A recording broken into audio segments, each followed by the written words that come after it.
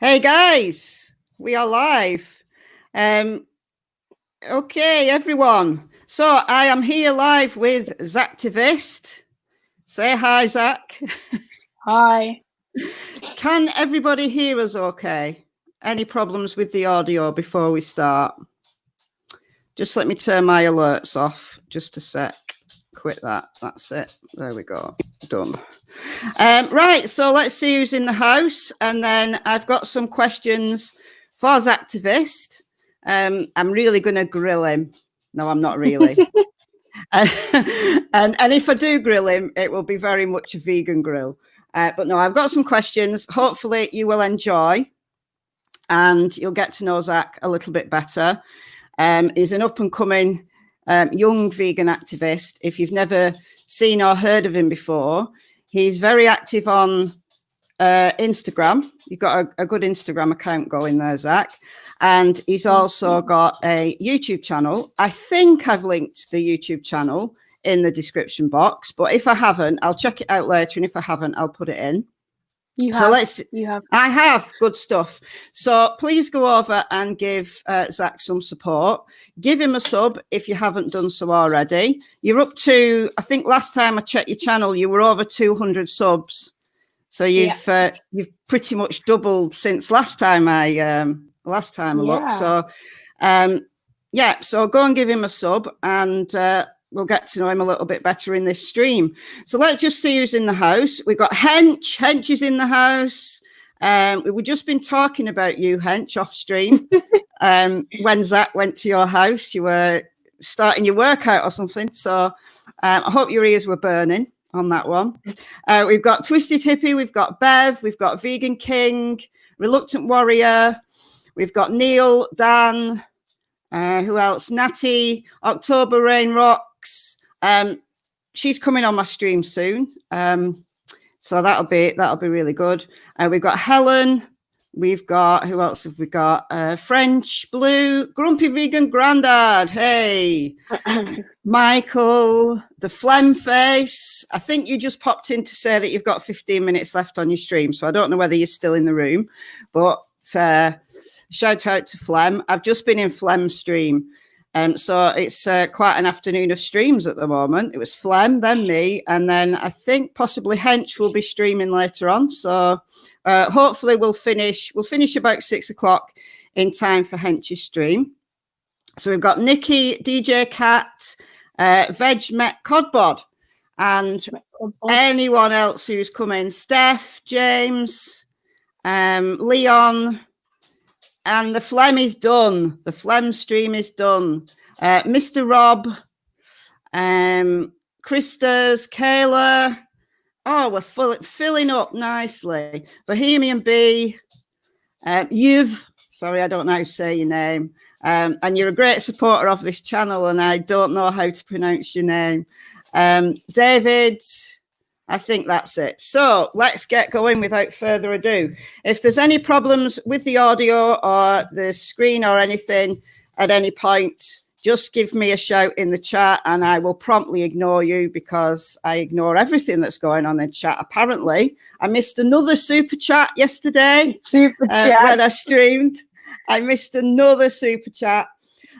So what we're going to do is Zach and I are going to have a little discussion, going to ask him some questions, and then I'll open the floor for questions. So if you've got questions, then either pop them in and I'll kind of scroll back up at some point. I'll be looking at the chat at the whole, because I always look at the chat. So yeah, if you do miss one, I'll let you know.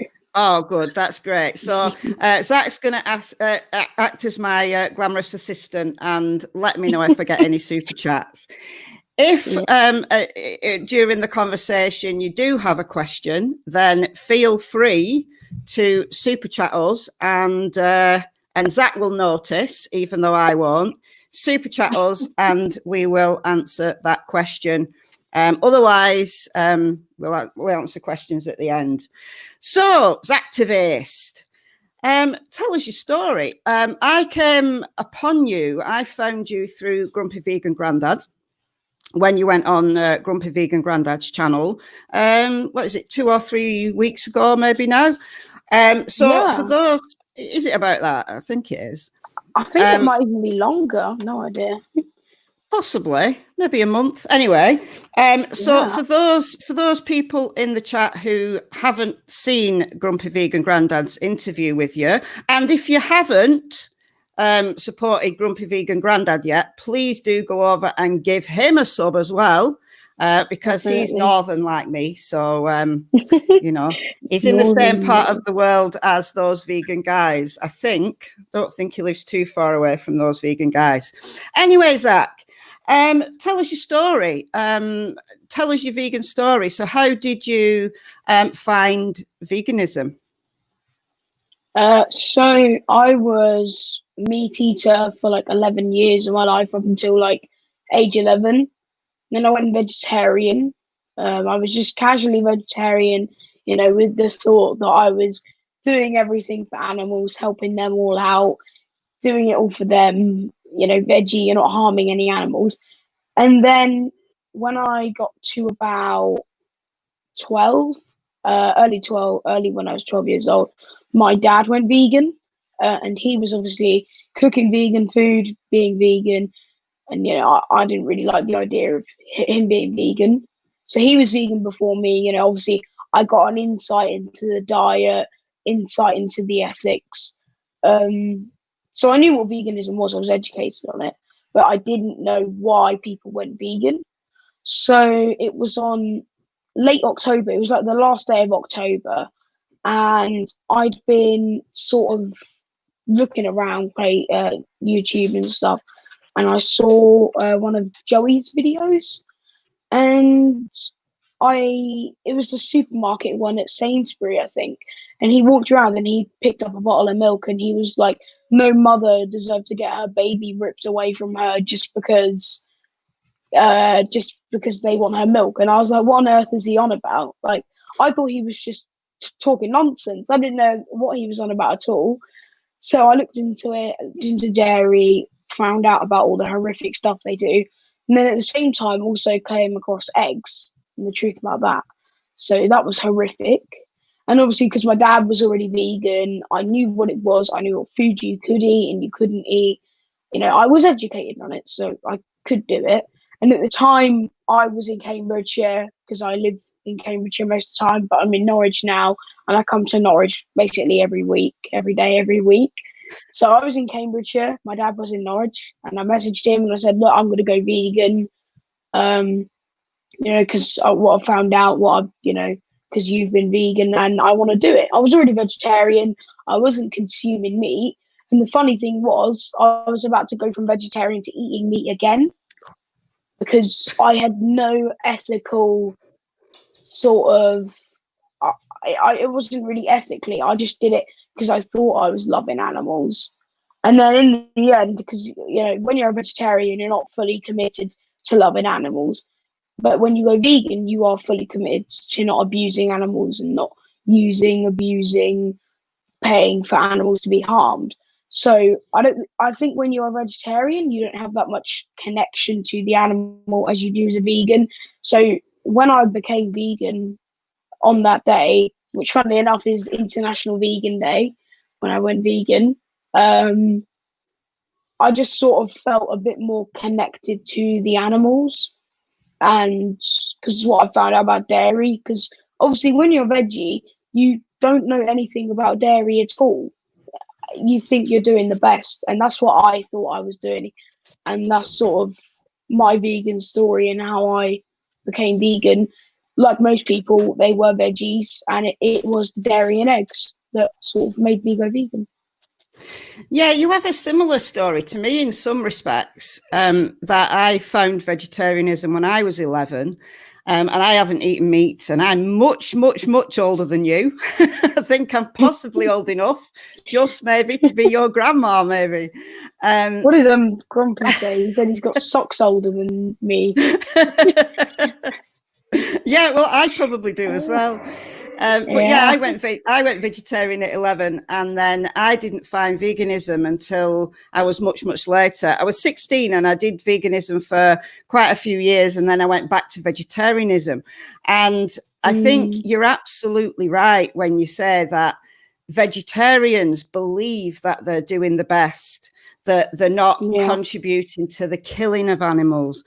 And when I went from vegan back to vegetarian, I had to put myself in this period of real strong denial, which is why I talk a lot on my channel about denial, about how people who are eating animal products, even vegetarians, they are very much in denial. And I think actually, in some respects, it's the vegetarians that vegans need to kind of get on board. I think we can build lots of good alliances with vegetarians.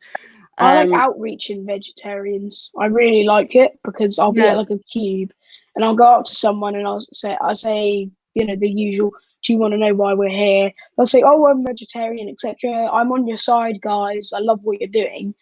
But then you educate them on dairy and eggs, and some of them are really sincere. Like, some of them show their empathy and their sympathy, and they're quite upset. But some of them say, oh, I can't do it for health reasons, etc., etc.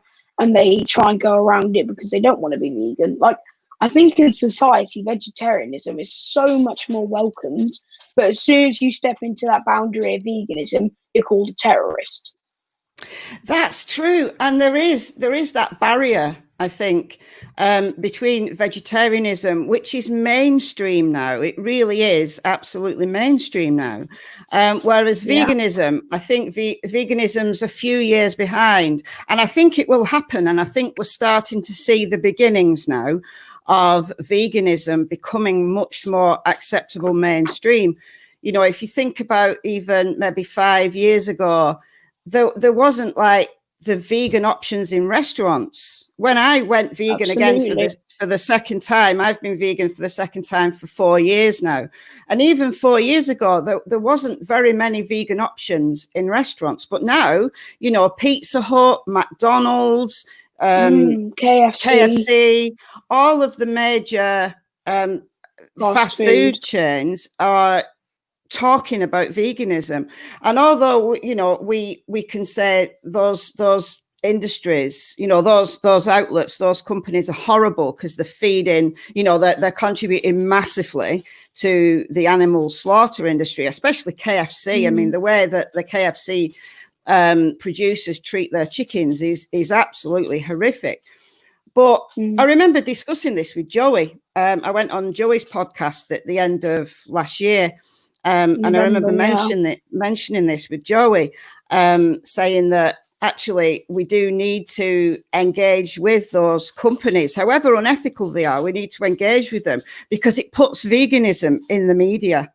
So the more we can put veganism, because when it plants a seed, because when KFC came out with their vegan burger, it was in the press, and same with Greg's. When Greg's came out with vegan sausage roll, you go into Greg's now, and not that many people buy standard sausage rolls. Even if they're not vegan, they still go for the vegan sausage roll. I've seen it. I've been in Greg's when it's happened. People will have like another meat item, but they'll still order a vegan Greg's sausage roll. I don't know why, but they still do it. And I think, do you know what? I think it's because they think it's healthier. And it probably isn't a whole lot more healthier, to be honest. You know, it's still got like the high saturated fat, but it's ethically better. Of course, absolutely. And for that reason, I think that vegans, even if we don't want to eat those products, I think we should support the companies, at least have a good word to say about the companies. And that's why I don't like sausage rolls, but I did the vegan sausage roll taste test when it first came out in Greg's, and I did the steak bake test. And I'm just not fond of mock meats. I'm just not a fan of them. But I put them on my channel because it's just giving it that you can be vegan and still be, you know, involved in the mainstream. You can go out with your mates and you can eat a Greg's or you can eat a KFC. So I think it's really useful. But back to what we were saying about vegetarianism, did you find it difficult to go that final step from vegetarian to vegan? How did you make that switch? I made the switch So what do you mean, like gradually, or by doing it? Yeah, how did you do it? So did you just think kind of one day, I'm now just gonna go vegan, I've done vegetarianism, I'm gonna go vegan, or did you do it gradually? How did you make the switch? You know, what advice could you give to somebody basically who is vegetarian now, who wants to go vegan? It's about a lot of self-control, I'd definitely say, because I woke up in the morning and I was like, right, I'm vegan. I did it overnight. I woke up and I wanted to do it. And then I went to school, and my school serves the most unhealthy muck you've ever seen. It's just, I'm not surprised. I won't be surprised if half the kids in my school get heart disease by the age of like 60 because the food they serve. But I was so tempted to go up to the cafeteria and buy a slice of pizza at 9 o'clock in the morning. Because I used to do that some days, and I was so tempted. And I thought, no, I'm not going to do it. I looked into dairy last night. I'm not going to be doing that, because once you educate yourself, then once you educate yourself properly, it's sort of hard to go back. And that was at the point of, like, before I'd seen slaughterhouse footage. I hadn't seen slaughterhouse footage before, so it wasn't that embedded in me yet. The self-control is definitely the most important part. You have to really control yourself and not be tempted. So like now, if I smell bacon, I feel sick. I don't feel hungry. It's about the self-control. Once you break yourself into it, and the reason why I do feel sick when I smell bacon or something is because that's the point where you move from vegetarian to vegan. And then I watched slaughterhouse footage. I watched Joey's video when he went into the kill floor, and he was right there, a meter away from the pig getting slaughtered. And I saw that, and I was like, "Oh, this is just awful." And then I think about a month or two later, I saw a dairy cow getting AI'd, and that really, once you've seen slaughterhouse footage, once you've been to a vigil, once you've been there and made a connection with that animal, once you've broken the barrier of disassociation, once you've knocked that down and you've connected yourself, because before you're vegan, you're like this is your connection to the animals, but then when you go vegan, it's like that. It just interlocks your connection. Because when I go to a supermarket now, I see an omnivore, a non-vegan, a vegetarian, well, not necessarily vegetarians, they see pork, chicken, beef. I see dead pig, dead chicken, dead cow.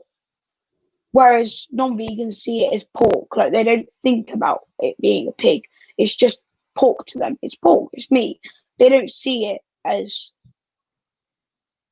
a pig, which is what it is.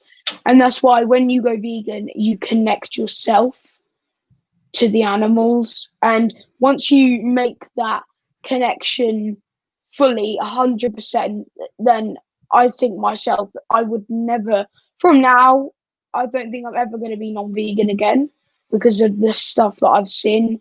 I've been outside slaughterhouses. I've been outside livestock markets. I've seen slaughter footage so much with the things I do. It's hard not to see slaughter footage. And I think it's really hard, once you're educated and connected on something, to go back to what you're doing that you know is wrong. So if you knew, like, it's like if you're a drug addict and you've been taught that drugs are wrong, and you really stick to it and you're really good with not having drugs, and then one day you just go back to doing drugs again. I don't think you could if you got educated so much you knew how bad it was for you. And it's the same with veganism. If you knew how bad meat was for your body, if you knew how bad it was for the animals, then I don't think you would go back. Yeah, I mean, you've said a lot there, and you've said pretty much everything that I would agree with. That it is making that connection. And I'm exactly the same as you. When I go to a supermarket, I don't see a meat aisle. I don't see beef or pork. You see the morgue aisle, chicken. The morgue section. you see a funeral home. You see a morgue, absolutely. And there's also somewhat of a language barrier. I mean, yeah, we've got lamb and we've got chicken, and that's, you know, it's the same name as the animal. Baby. Yeah.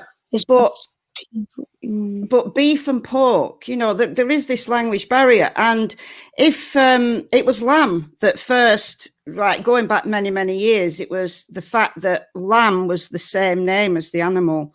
And I'd seen baby lambs frolicking in the fields. And then my mum was trying to get me to eat lamb. And it was like, is this the same thing?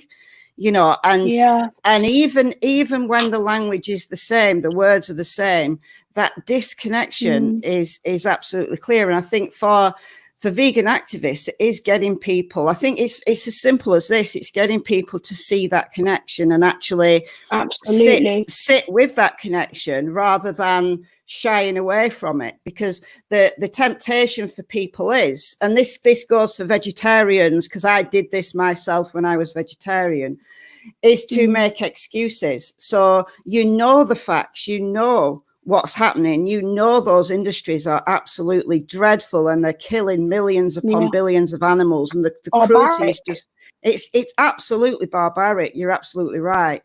But there are psychological ways that you can kind of protect yourself and think, oh, it's not really that bad, or I'm only eating a little bit. That's what I used to tell myself. I'm only eating a little bit of dairy, so I'm doing my bit. And it is just breaking down those final sets of barriers, I think. Absolutely. The connection and everything else. And Nikki River needs just, but the meat aisle is a crime scene. Yeah, absolutely. It is a crime scene. Yeah, absolutely. It is. But this segues me nicely into talking about your activism.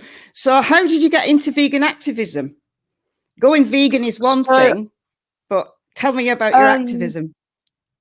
So I was in Norwich for Christmas, the Christmas period, and I went to the vegan market, I think it was called. I don't know what it's called exactly, but I went there, and one of my dad's mutual friends, she's been doing activism in she was doing activism in Norwich. Banana Warrior Princess, some of you may have seen her around on YouTube, but she was at the market, and we were sort of talking, because even when I'd gone vegan, I always used to say to my dad when I was like 7 or 8, we'd be walking down the street. None of us were vegan then. We'd see Anonymous for the Voiceless in the street. And I used to didn't know what they were doing. And when I went vegan, I said, Dad, you know, I want to go with and start doing Anonymous for the Voiceless. So one of my dad's friends had sort of mentioned it to my dad that Banana Warrior Princess had been involved in the Cube. So we saw her, and I sort of asked her when the next Cube was, because I really wanted to do one, get a taste of activism. And it was actually the next day. So the next day, the next day I was shocked. I was expecting like 2 months' time, 3 months' time, you know. But it was the next day. So I was like, oh my God, you know, I was going manic everywhere. Absolutely, you know, I was going mental. I was, you know, jumping up and down. I went to bed early because I wanted to get up and go do it. So I woke up in the morning. We walked into the city centre. The Cube, all the gang were there. And for the duration of the event, I went in the Cube, just holding a sign. Did one outreach conversation. I was so poor at outreach. I just sort of had to walk away from people because I didn't know where to go with it. So I'd done no research, no scientific, nutritional, any research at all. I had no resources. I didn't really look into any resources before I went to the Cube, which was probably a bit of a suicide move. But I went there. I really enjoyed it. I went to the following 3 Cubes. And then obviously lockdown happened. So I met people at Cubes who did Save. Well, our particular group isn't part of Save anymore, but they were doing Save vigils. So I went to a vigil, and then I met people at a vigil who did protests and demos, and then I met people at protests and demos. It's a one big change. So I kept meeting different people who would introduce me to other people and then do more activism. And that's what I really enjoyed about it all. And obviously, after my first cube and my poor outreach performance, like not knowing anything at all, I was like a newborn baby with veganism. I had come out of the womb of veganism a week before. You know, I knew nothing. I knew absolutely nothing. So I went home, I looked into dairy industry, I watched quite a few of Joey's videos. And that's when I came across Hench, saw a few of Hench's videos on nutrition. But obviously with nutrition then it was quite hard to retain. So I looked into all the industries, all the nutrition, and then I've sort of retained it all, unlike schoolwork, in one ear, out the other. It goes in one ear, vegan information, and it stays in my brain because it's something I'm passionate about and that I want to keep in there. And right now, I'm halfway through a vegan nutrition diploma. Wow. So to get because I've been looking into all the nutrition, because people will start saying in the street, in outreach, oh, blah, blah, blah, nutrition, nutrition. And I don't really know how to go back to them as a reply. So I looked into getting a course perhaps or something, and I looked into getting this diploma. So I'm halfway through that. And yeah, I can't wait to sort of have that, because then when I'm in the street and someone does say, thinking, you know, he's just a 13-year-old kid, he's not going to know anything about nutrition, then I can just, you know, that's why I like to retain it all, because then when someone does come at me with some nonsense carnist argument, I can just instantly put it to bed. It just instantly get rid of it. So I think it's so important to retain information when you go into outreach. Like that was the biggest issue I had when I was starting activism.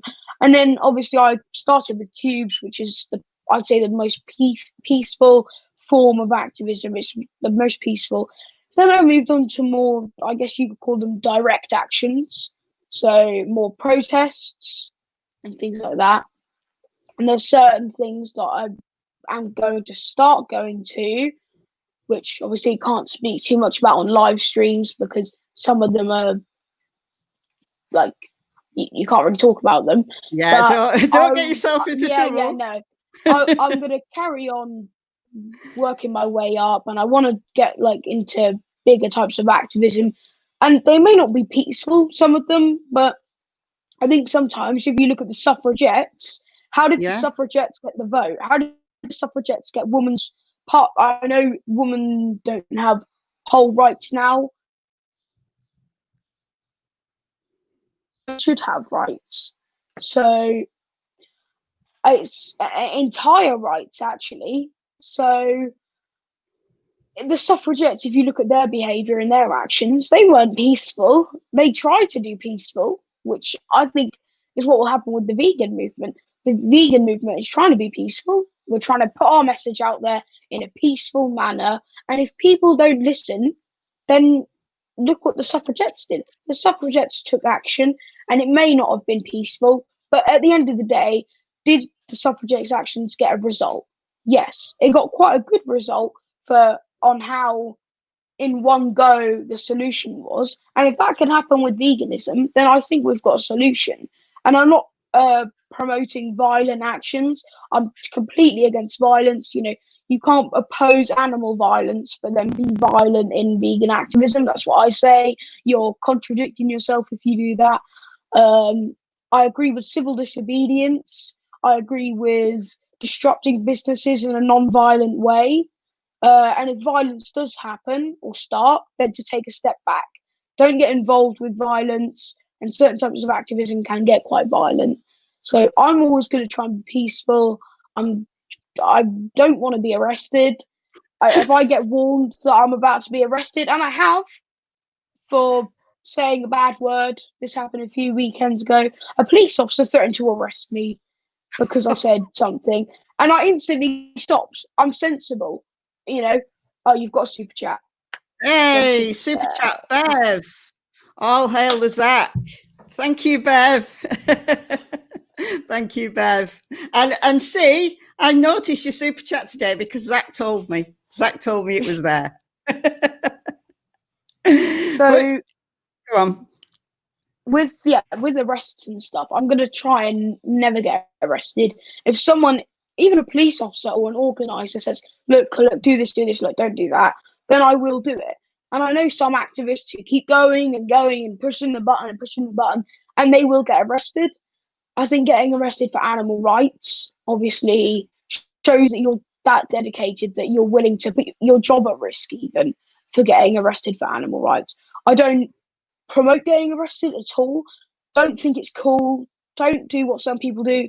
Don't go into animal rights and start going, "Ooh, I'm going to get arrested. I'm going to go into press. I'm going to become famous." That's not the point in animal rights. If you're in animal rights for the ego, then you're not an animal rights activist. You can't be egotistical. And Grumpy Vegan Grandad said, always film the police. Definitely. Yeah, because the definitely. police said some things. We had an officer come up to us at a vigil the other weekend, and they said, "I love my meat, never going to give it up."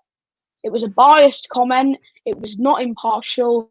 We've reported that officer, and that officer's probably going to be disciplined in a tiny way because, frankly, the police don't prosecute the opposing party to veganism or vegans or vegan activists. They always prosecute the vegans. So that's why I suggest not getting arrested as a vegan, because they go hard on you.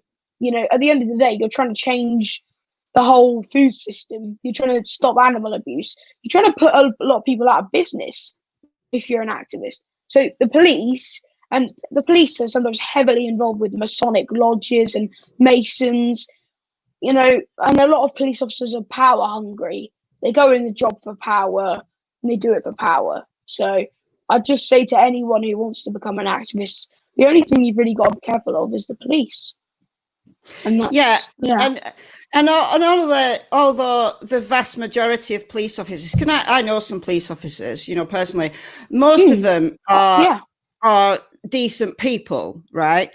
But in every occupation, you always have the idiots, and that person who was there saying, "I love my meat," all that person was trying to do is get a rise out of somebody, and hopefully somebody would kick back, and then, you know, he could be the big guy and make the arrest, throw someone in the back of the police van and give himself a little pat on the back of being the all-powerful person with the uniform on.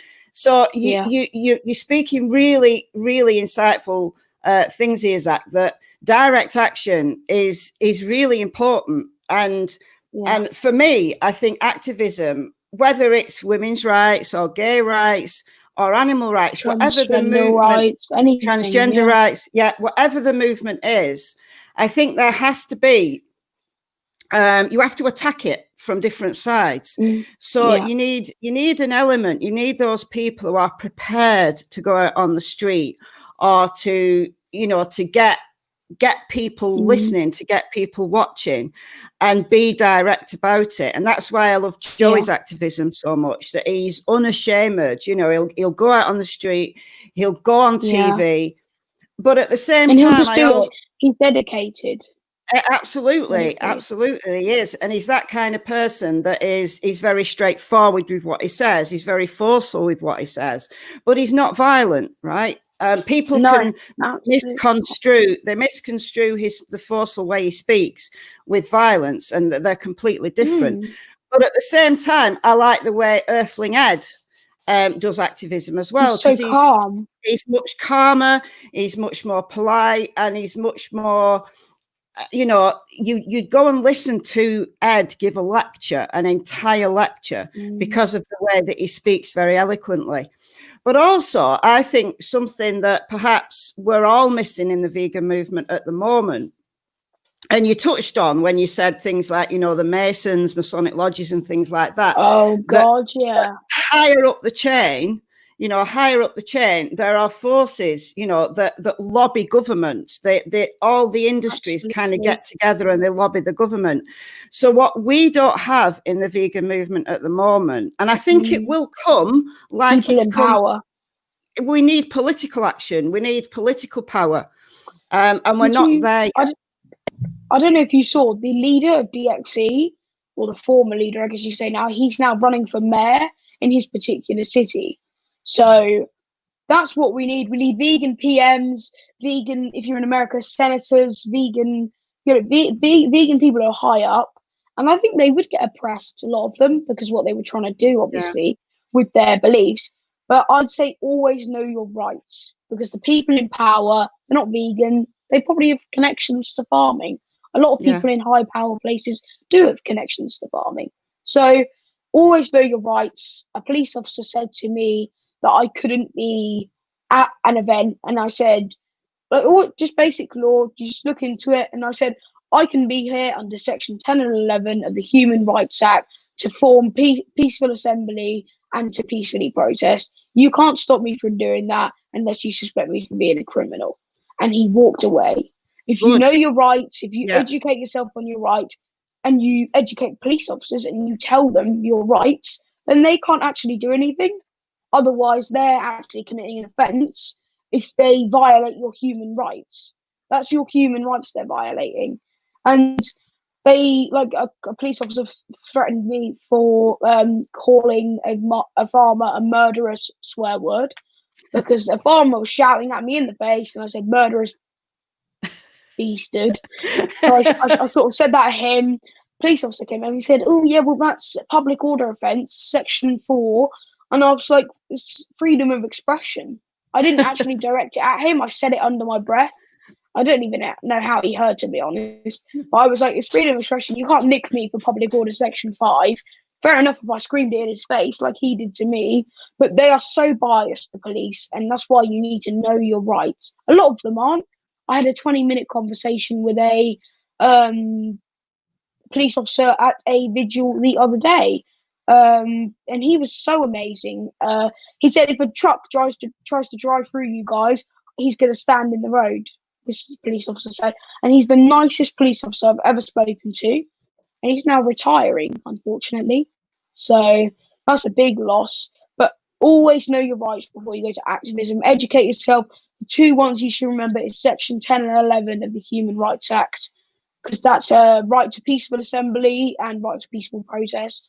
But those laws, and I don't want to sound pessimistic here, but I reckon in 30, 40 years' time, those laws won't even exist anymore, because you can see now gradually in the 21st century, 2020, our freedom of speech is being taken away so slowly.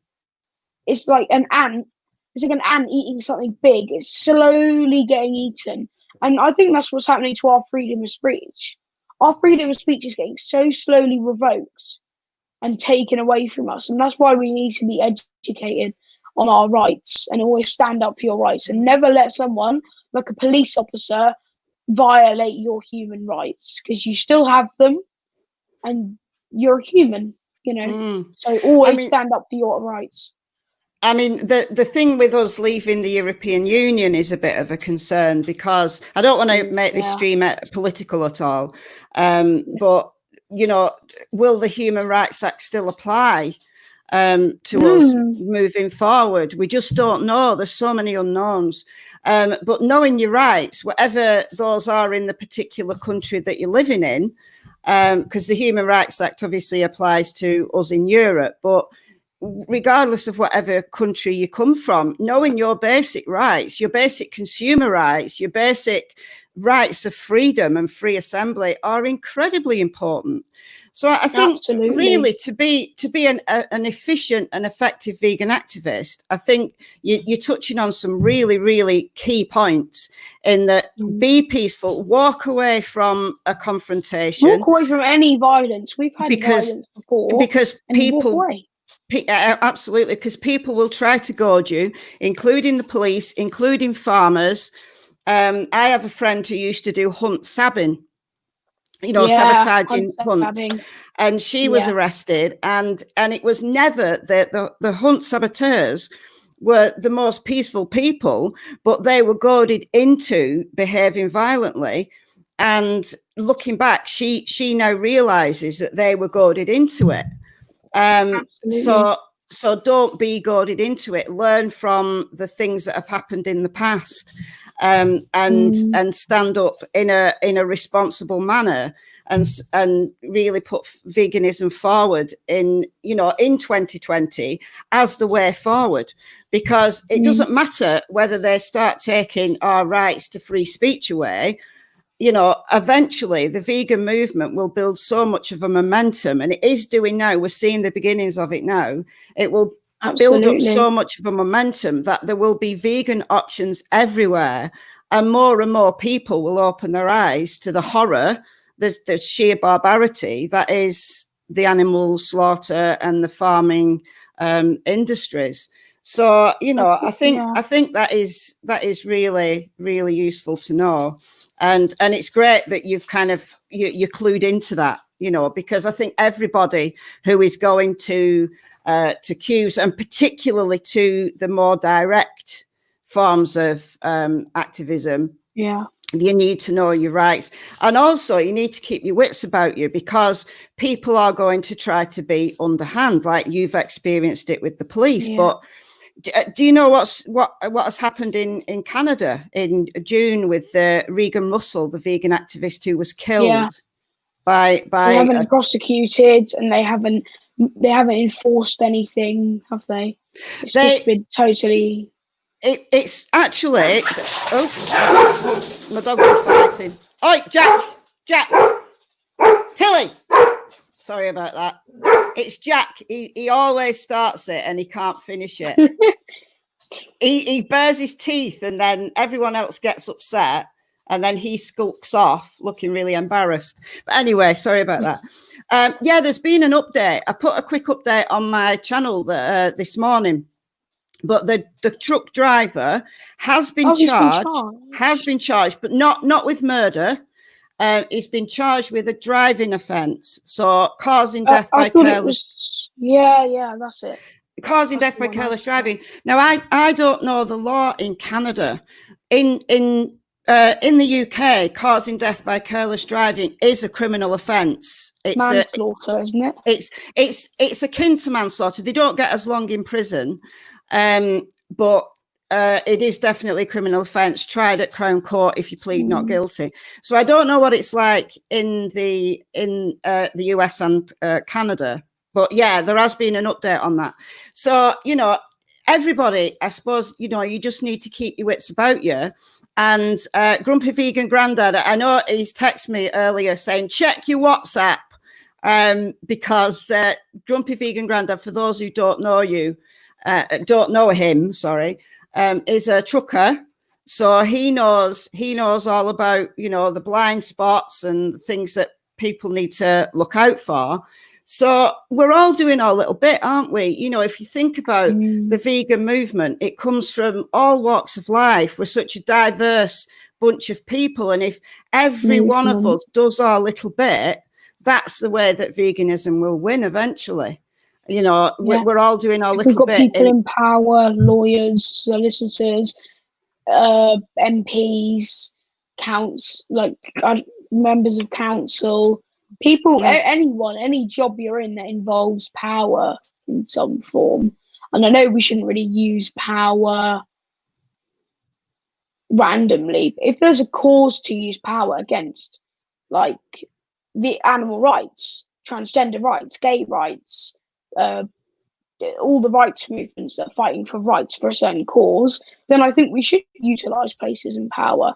And if something does open up to become an MP in your constituency, or an MP in Parliament, or somewhere, I'm not clued up on politics in the UK that much, but if somewhere opens up in power and you're qualified, then I'd say go for it, because we need people in the vegan movement who can have power and utilize that in a good and positive way to benefit the animals, to benefit the vegan movement. So that could be just as simple as getting vegan school meals in school. That's it. I think you're frozen there, Zach. Are you still with me, Zach? I'm not sure he's still with me. I'll give him a second. I think, oops, there we go. He's back. There you go. That you're back. You're back. I think doing our own little bit, it would be fantastic if we could have, vegan councillors and eventually, vegans being represented in Parliament. But before that time comes, we can still all do our little bit. I work at a university. I can influence the people that I kind of come into contact with. I can use vegan examples, for example, when I'm teaching. You can influence things like the school meals. And I know that when you went on Grumpy Vegan Grandad's stream, I remember being really enraged when you said that you'd experienced bullying at your school. Oh yeah, bullying is mental. I'd say bullying is even an understatement because how bad it is. Like, I don't think squirting milk and throwing meat at someone could be classed as bullying. I think it's classed as a hate crime, personally. But that's, it's like throwing pork at a Muslim. Yeah. It's a hate crime. If you throw meat or dairy at a vegan, it's a hate crime. But the bullying accusations didn't go anywhere. There's only one vegan school meal. Whenever I ask for plant-based options, it's take it to him, take it to her, take it to him, take it to her. A never-ending ladder of leadership. And in the end, I'm like, I really can't be asked. And Grumpy Vegan Grandad said that if they don't sanction children for bullying vegans or even vegetarians, people who have chosen to make an ethical standpoint and to obviously against, against certain things, they shouldn't have to be bullied. And Grumpy Vegan Grandad said that if the schools don't do anything, something like an email swarm could work. Just absolutely bombard the school and tell them that it's not acceptable. What you need to do, one of my family members is a school governor. And when I had an issue with a school once regarding my son, she said, write to the governors, because the governors are the overseers, like they're higher than the headmaster or headmistress. Yeah. If you write to the governors and state your case and put your evidence forward, they have to then discuss it at their governing body.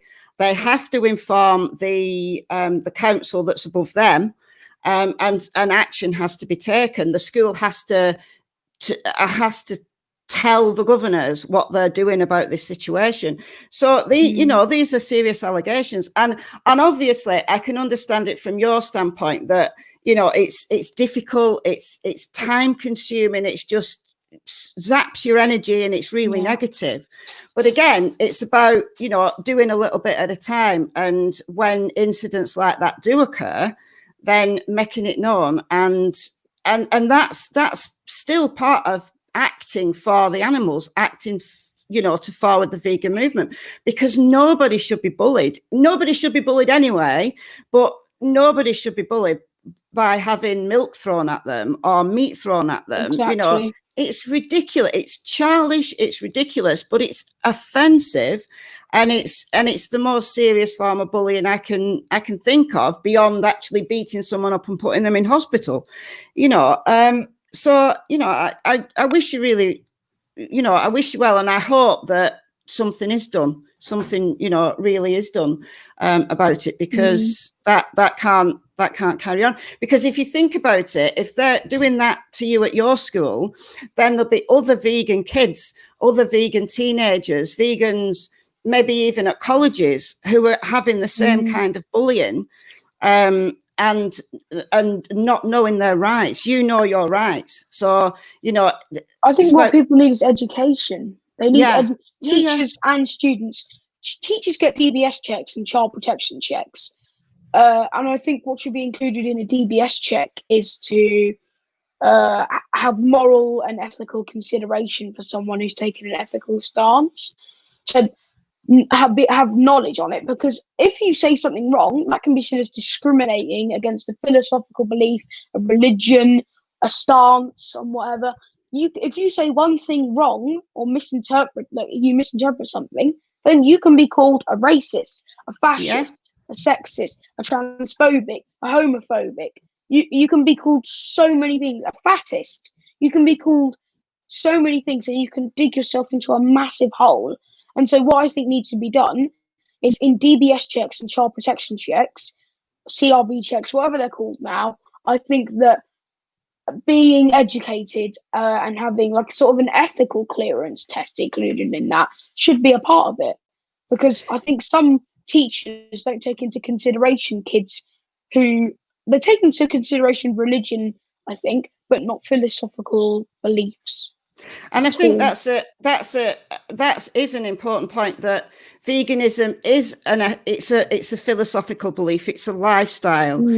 Although it's protected now. Yeah, and it should be made very, very clear to anybody, whether it's a teacher, a police officer, that veganism is a lifestyle. It is a philosophical belief. It is protected, and it needs to stay that way. And we need to, again, it's all about enforcing what we know are our rights to free speech, our rights to be able to live our lives in the way we want, to protect animals, and to not be bullied, and not to experience, feeling that we are discriminated against, that we're a discriminated against minority. That is not going to happen. Not in my lifetime. That's not going to happen on my watch. I can tell you for sure.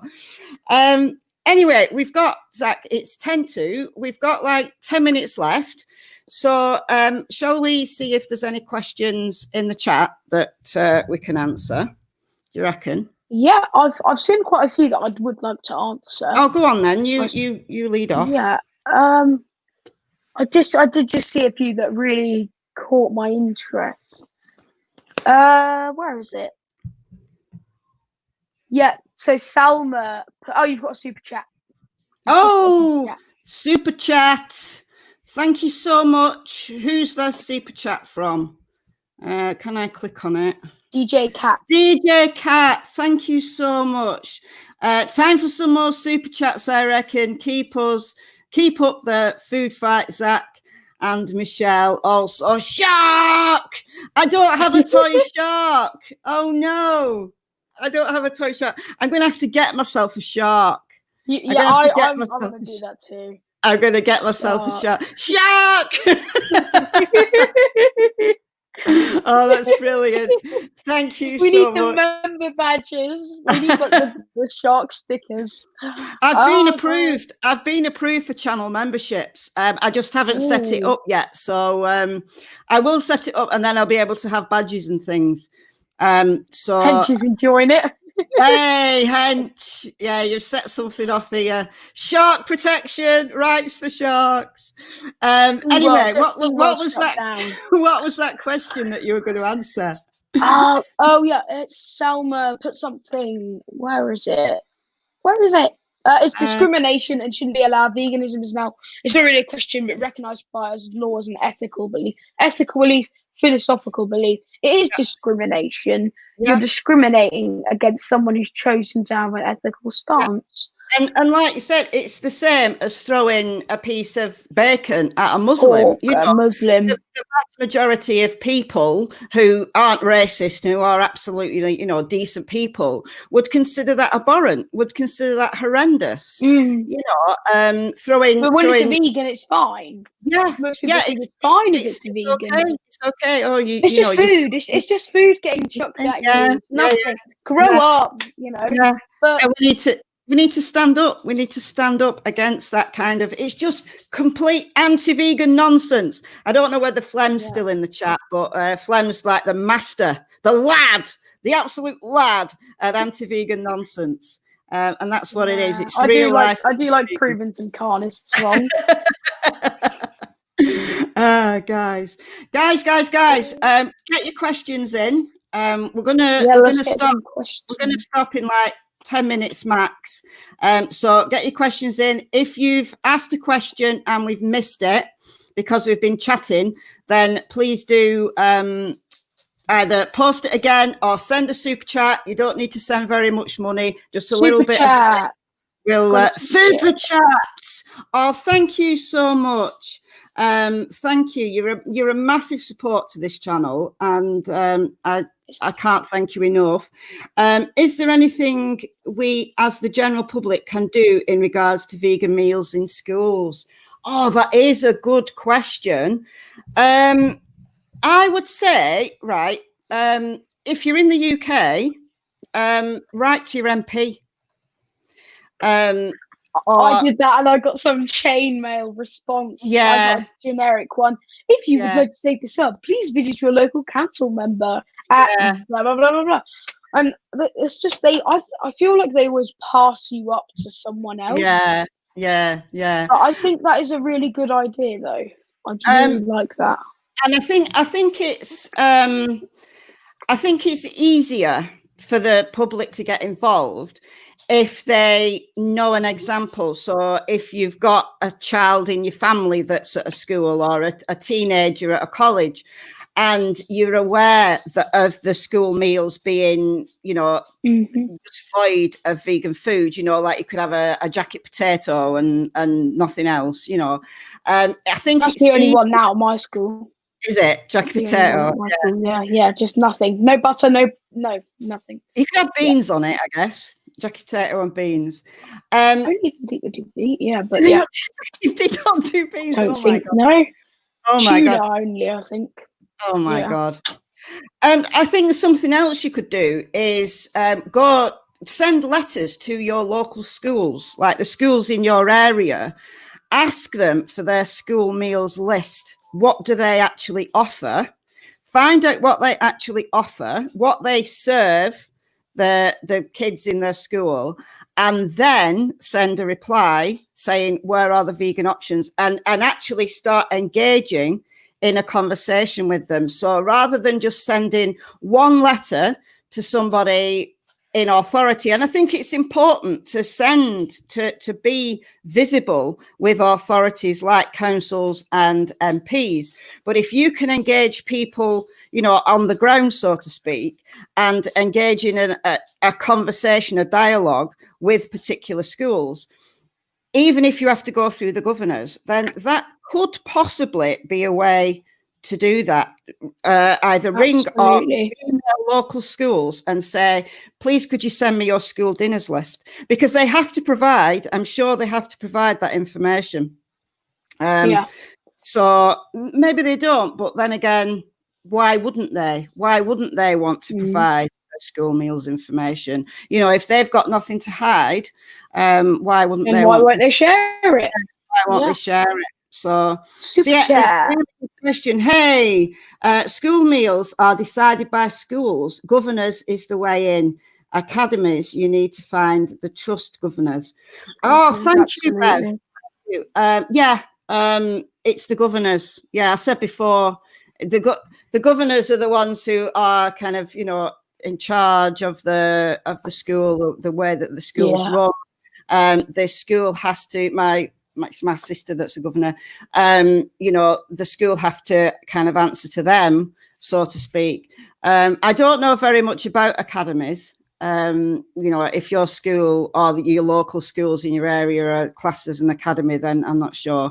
I think it's like what I was saying earlier, it's attacking it at all fronts, isn't it? It's attacking it in ways that, and attacking's the wrong word, but confronting at all fronts, like different angles, and just trying every angle. Trying different things and see what's the most effective way to do it. I think that can. Do you mind if I just answer these two questions? Yeah, please do. So Vegan King says, which activist inspires you the most? So I sort of do this in two categories. I do celebrity activist, and then like an activist I do stuff with.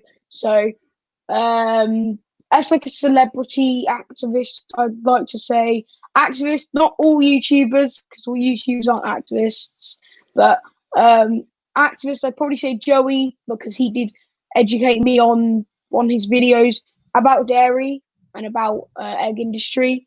So probably him. And then there's a certain activist who goes to a lot of the events that I go to in Norwich. I'm not going to disclose their name because they do quite high up activism. But there is one person in Norwich who's a really inspiring activist and so dedicated. So I really support Joey's work and this other person's work. And also vegan, I don't know how to pronounce that. Vegan Itchigo? Itchigo, I think, or Itchigo. What year will the world go vegan? So I answered this on, whose stream was it? Vegan Teacher Stream. So there's a documentary called Endgame 2050 on YouTube. Free to watch. It's really good. It talks about veganism and how veganism can sort of prevent the crisis where we'll only be able to have one meal a day, water rationing. Everyone will have to be vegan. You'll have to be. It'll be mandatory because the government will actually wake up from their little sleep that everything is fine. So I think by the year 2040, 2045, to give us a decade gap, everyone will have to be vegan. You'll have to be, because otherwise you're shooting your own world in the foot. So if you want to save your planet and save your kids' future, then you'll sort of have to go vegan by the year 2040. Yeah, and the anti-vegans are using that against us. You know, they're denying that there is a climate crisis. They're denying that, you know, that there's any problem whatsoever. And actually, they say that eating meat is protective of the environment, that it's good for the environment. So again, you know, although environmentalism does not equal veganism, I think, again, the environmentalists we've got to engage with the environmentalists. And I think we're both on the same side. Get them on board, yeah. And quite frankly, I can't understand why, if you're an environmentalist, why you're not vegan. I can't understand that. But I think it's another kind of string to our bow, and we need to engage with environmentalist issues more carefully. And I try to do that a little bit on my channel, and I'm not an expert in environmentalism, but I think, you know, it's another way that we can engage people. So 2050, Absolutely. by 2050, yeah, I might be dead by then, but hopefully. Super chat. Super chat. Can I just say, before I answer the super chat, there it is. Can I be the next guest on your podcast? If you've got something specific to talk about, you know, if you've got a topic that you want to discuss, then by all means, send me an email or catch me on any of my social media. Propose a topic, propose what you want to talk about, and then if it's something of interest to my viewers, then certainly you can do. Just before we finish, I'm going to finish. Hench is now live. Oh, Hench is live. I think we can go for a few more. Yeah, we'll go for five. We'll go for 5 more minutes, and then I'm going to direct you all over to Hench Herbivore's live stream, where you can shark to your heart's content. But before we finish, Bev says, contact me regarding the thing about schools.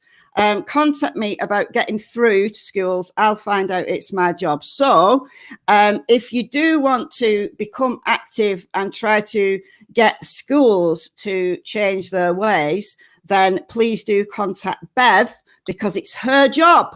And she's a supporter of this channel. She's a moderator on this channel. So thank you so much, Bev. Another super chat from Helen. Another super chat.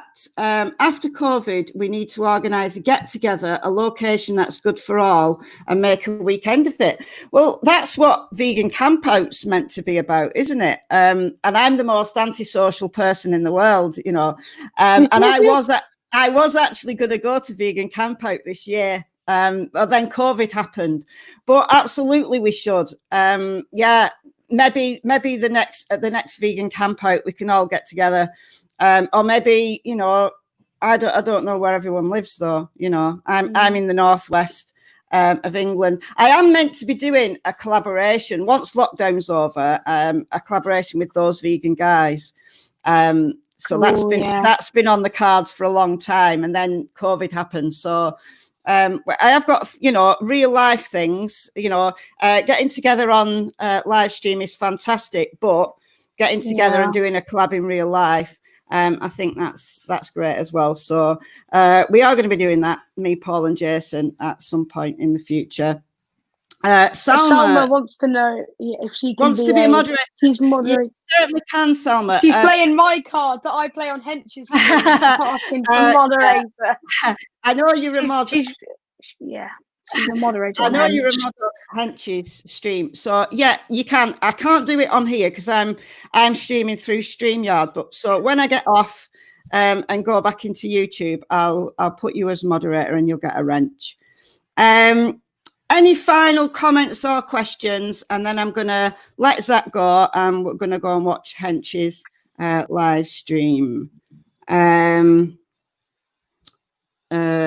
What football team do I support? I support my local team, Chorley FC. I used to go to their games, but I haven't been forever. I'm also kind of a supporter of Liverpool FC. No. My family, two sons support Liverpool, so I kind of follow Liverpool. So who do you support, Zach? Well, born and raised in Norwich, so Norwich. Even though they've been relegated this season. Awful. Norwich performance. Norwich are inoffensive. Yeah. I wish that team, Forest Green Rovers, could make it to the Premier League. All vegan football team. God, that would be amazing. They win the Premier League. That would be amazing. That would be amazing. That would be amazing. I mean, speaking of sport, Lewis Hamilton is the Formula One driver. He's a fantastic advocate for veganism because nobody can doubt his fitness and his prowess and his skill. So attack at all sides. So support, from the sports world is great as well. Vegan Campout get together sounds amazing. Vegan Campout 2021. Here we come. 2021. Absolutely. Yay. All right. Question. Any chance you can do a video on the Rethink X report? I don't know. I don't even know what that is. I'm really sorry. I don't even know what that is. Do you want to email me or send me a message on my social media and let me know and I'll look into it? I'm really sorry. I don't know what that is. Do you know what that is, Zach? Rethink X? No, I haven't heard of it. Never heard of it. Right. Definitely Vegan Campout. Yay. Right. Let's call it a day. And thank you so much, Zach, for coming on. Yeah, no problem. Hopefully we can do another stream again at some point soon, hopefully in the future. And everybody go over to Hench Herbivore's live stream and Shark over there. Thank you so much for the super chats. Thank you for the moderation that I know has been going on. And thanks once again to Zach. And I shall speak to you all very soon. Bye. Adios, amigos.